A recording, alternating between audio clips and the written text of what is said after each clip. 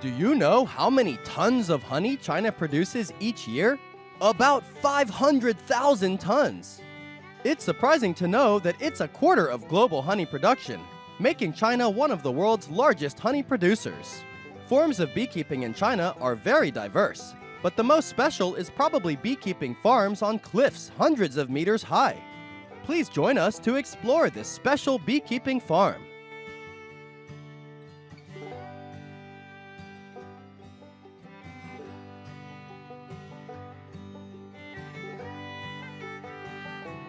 Chinese people have long harvested wild honey from wild bees on cliffs tens of meters high. This type of honey can sell for $500 or more per kilogram because of its delicious taste and rich nutrition.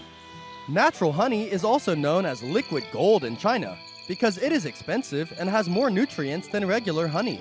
In recent years, the country has exported natural honey worth $230 million per year. Traditionally produced honey does not meet quality demands, so some areas have created completely natural beekeeping methods.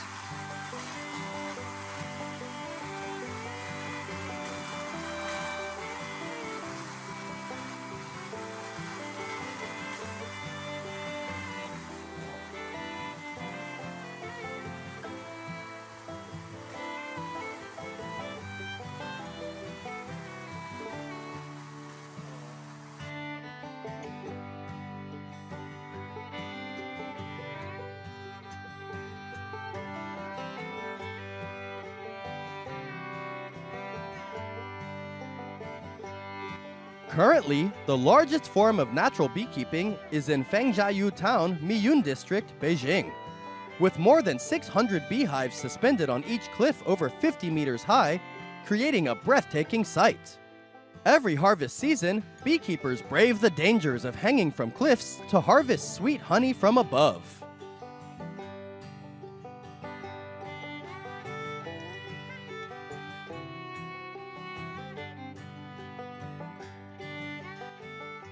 This is a job that not everyone can do. But for beekeepers in Fengjiayu Town, this is the traditional job that brings them their main income. Because natural honey production is very small, its price is higher than traditional honey. Beekeeping has brought great prosperity to residents in this area. There are currently more than 4,000 beehives hanging on the cliffs in Fengjiayu with an estimated output of more than 50,000 kilograms of honey, worth more than 5 million yuan. About $700,000.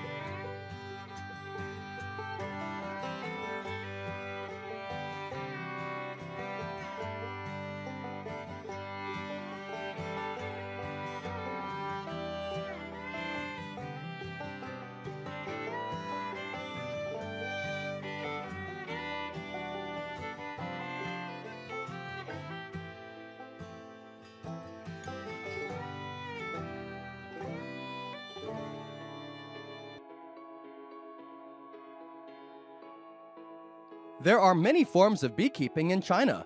But why do farmers in Fengjiayu place beehives on cliffs? Thousands of years ago, China's most primitive wild bees often took refuge in caves or tree hollows on cliffs. So cliff beekeeping can restore the wild nature of Chinese bees and allow them to produce honey in their natural state. From there, they can create delicious, high-quality honey.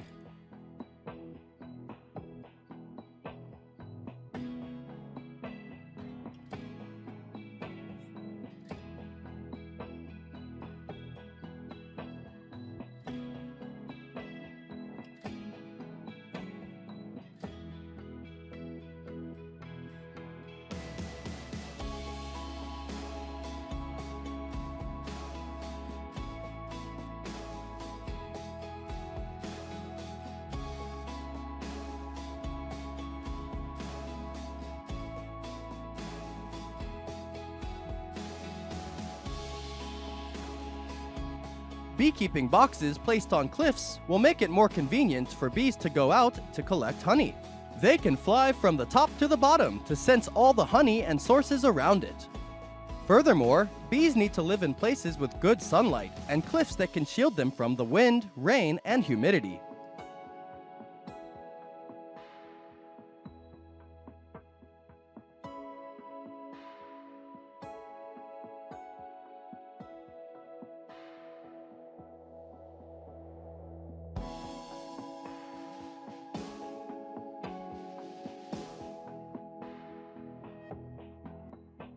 This area in particular has a good environment and many wild animals such as black bears and other animals that often steal honey. They even destroy beekeeping boxes, so the method of beekeeping on cliffs will ensure more safety for the bees.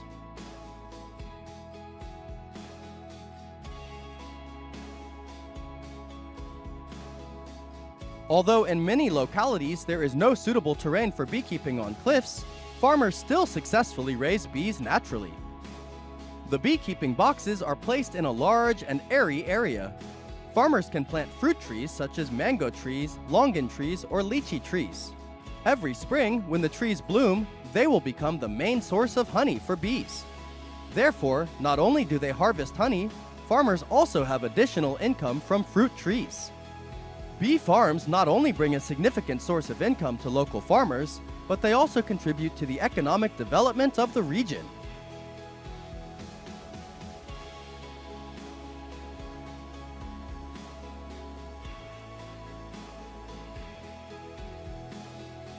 Chinese people's living standards are constantly improving. They are becoming more health conscious. Natural and pure honey is a good source of nutrition and meets the needs of health-conscious consumer groups.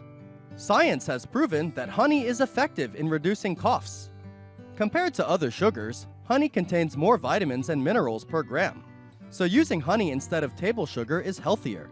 Many manufacturers in the food and beverage industry are replacing sugar with organic honey in their recipes. Honey and beeswax are widely used in food as well as in the beauty industry. It also has antioxidant properties, thus acting as a skin rejuvenator.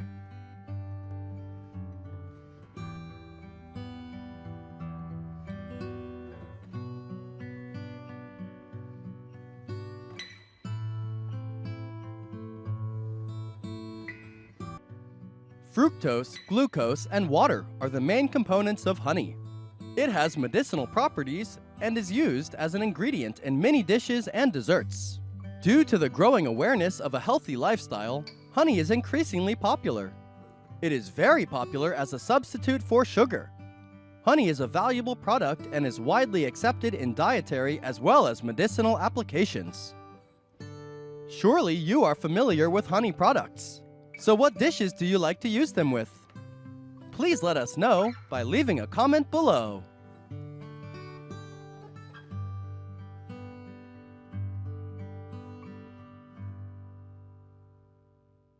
The intense battle between humans and invasive species is not as simple as we think, because invasion can involve the decline, even extinction, of other organisms. Most recently, European countries are declaring war on giant hornets that are destroying their ecosystems and causing hundreds of millions of pounds of damage. So how invasive are giant hornets? We invite you to watch our video today to find out. Europe declares war on invasive alien bees.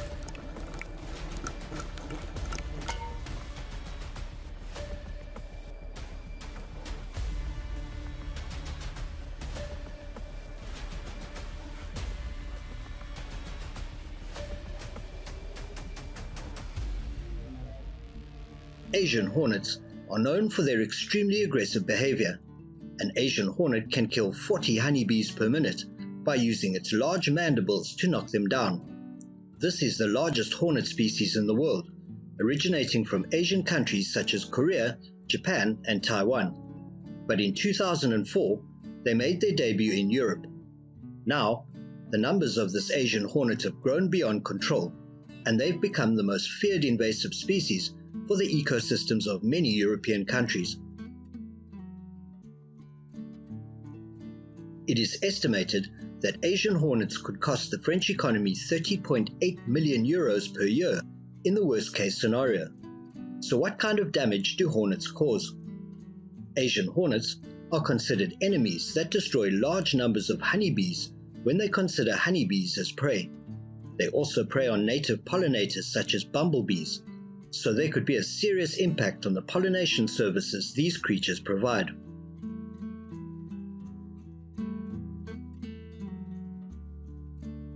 Asian hornets not only eat other bees, but also scare them away from pollination. One study found that the number of bumblebees and bees visiting flowers decreased significantly when these predators were present. This aggressive bee species not only reduces the number of other bee species, but also greatly affects the ecosystem. Imagine that fruit trees need pollination to bear fruit, but without bees in this process, will crop productivity meet the needs? Certainly not possible. Therefore, the harmful effects of wasps indirectly negatively affect the economies of countries.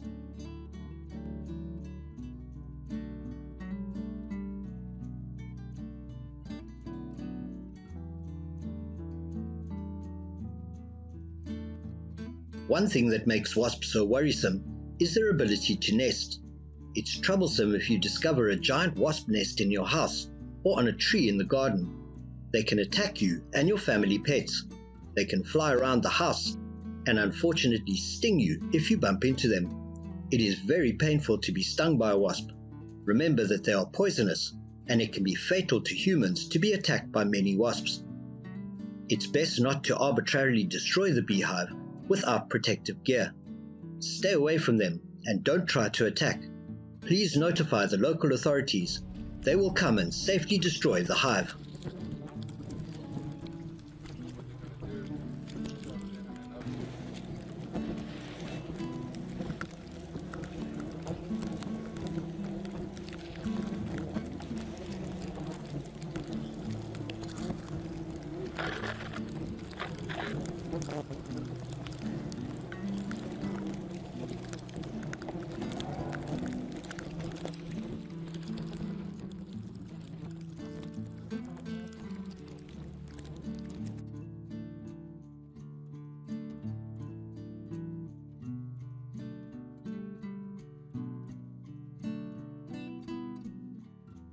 Nest destruction is by far the most effective way to combat wasp invasions, but it is not enough. As a result, to date, only 30 to 40% of detected nests are destroyed each year in France. Large numbers of hornets are still active and damaging European ecosystems. It is not uncommon to see these giant wasp nests. This is the residence of thousands of hornets. To understand how devastating it can be in the area,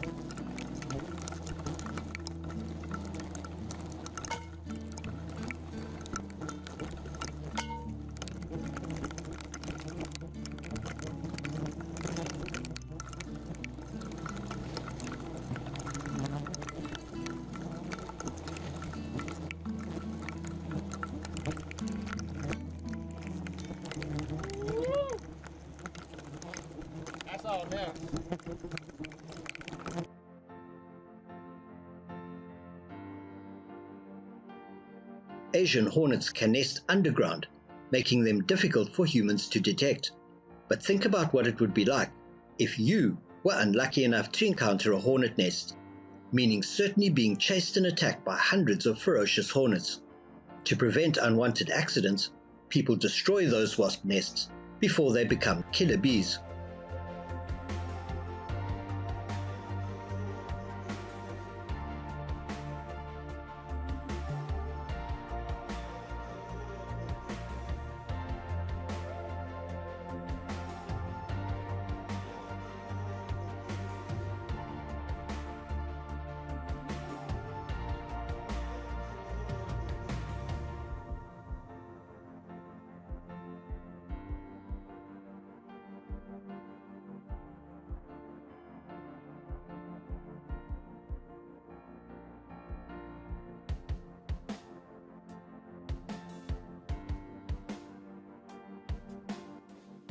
The most important thing when destroying wasp nests is to wear protective clothing, a thick cloth suit that covers from head to toe, combined with a hat, gloves, and protective shoes. Only then can humans be protected from the attacks of wasps.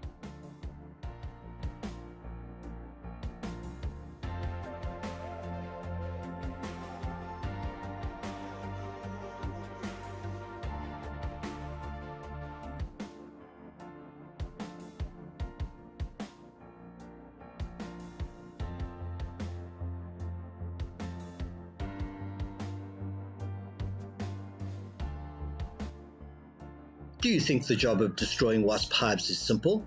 I bet people with insectophobia will faint when surrounded by wasps like this. When you destroy their nest, wasps tend to attack their enemies, so they fly around this guy, waiting for a chance to sting him. However, the protective suit kept him safe from these terrible attacks.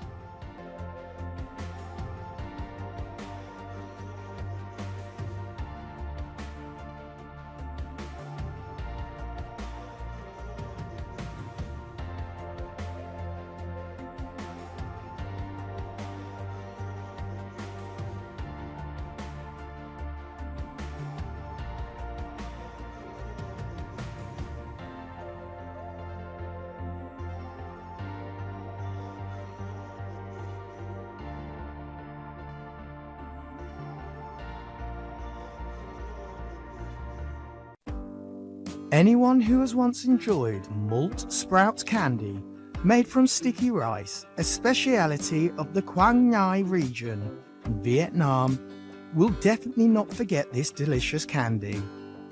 The ingredients to make malt candy are sprouted sticky rice grains, not the sweetness from regular sugar. So how does this special malt making process take place? Please join us in the following video below. How Vietnamese farmers create the world's best sugar.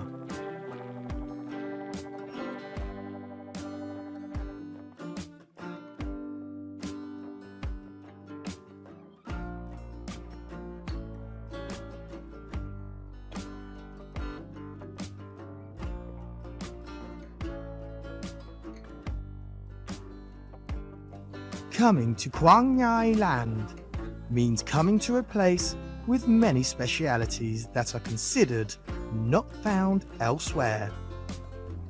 Legendary rustic dishes that enter people's hearts in the most natural way.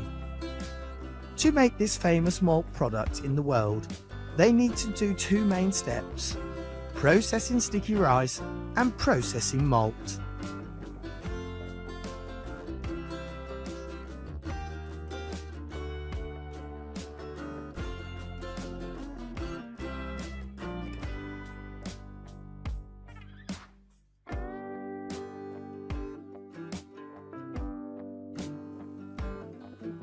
First, you need to choose sticky rice or dry rice. Soak it in water for 24 hours for the rice to germinate.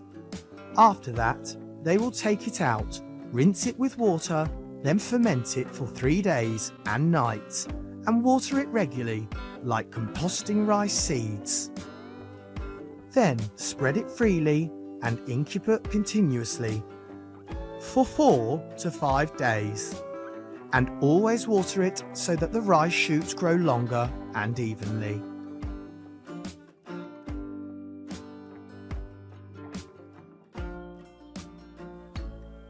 When the process of composting sticky rice is complete, they will take out the rice husks, wash them and recompost them until they wither, then tear them apart and dry them in the sun until they become crispy and dry. After 1 day, the apricots will wither and dry completely. At this point, you can pound them or grind them into fine powder. Usually they will prefer to pound them instead of pureeing them. It can be seen that they perform this operation very quickly and very skillfully.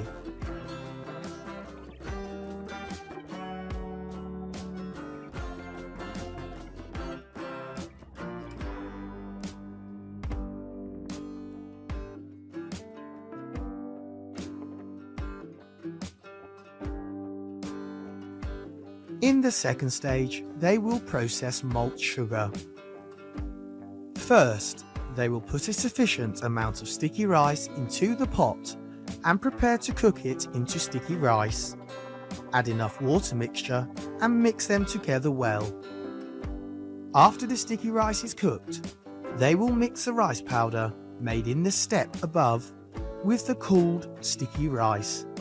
Add water to the mixture at a ratio of 2:1. That is, for every 2.5 litres of water, add 5 kilograms of sticky rice. When it feels thick, this mixture will be incubated overnight.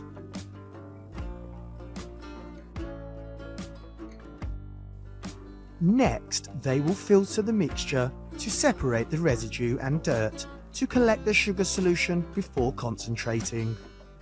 That means they will put the mixture into a bag to squeeze out the sticky rice essence, discarding the sticky part. The residue after being pressed can be used as animal feed or composted into organic fertilizer, and some families use it as fuel for cooking.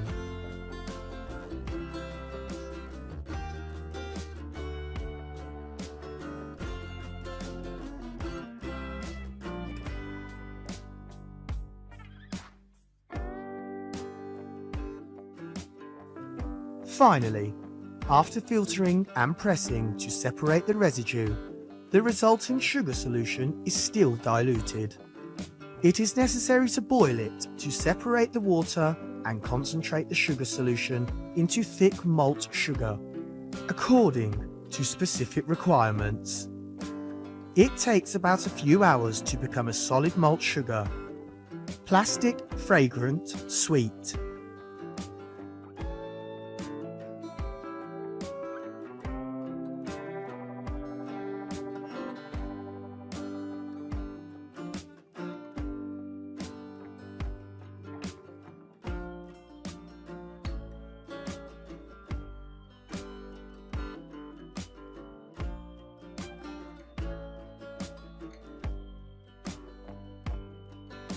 The malt produced has a gentle aroma and a wonderful, delicate taste.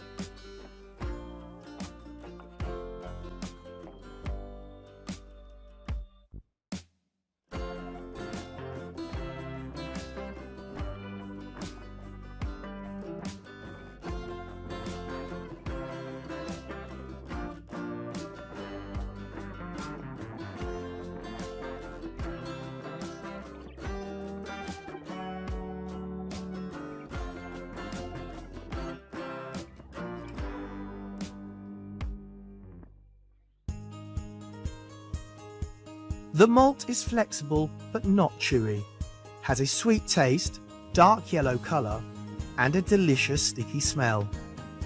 Malt has a natural sweetness, so it is often used to replace sugar in making confectionery, making sweet soup, and preparing wonderful dishes or drinks.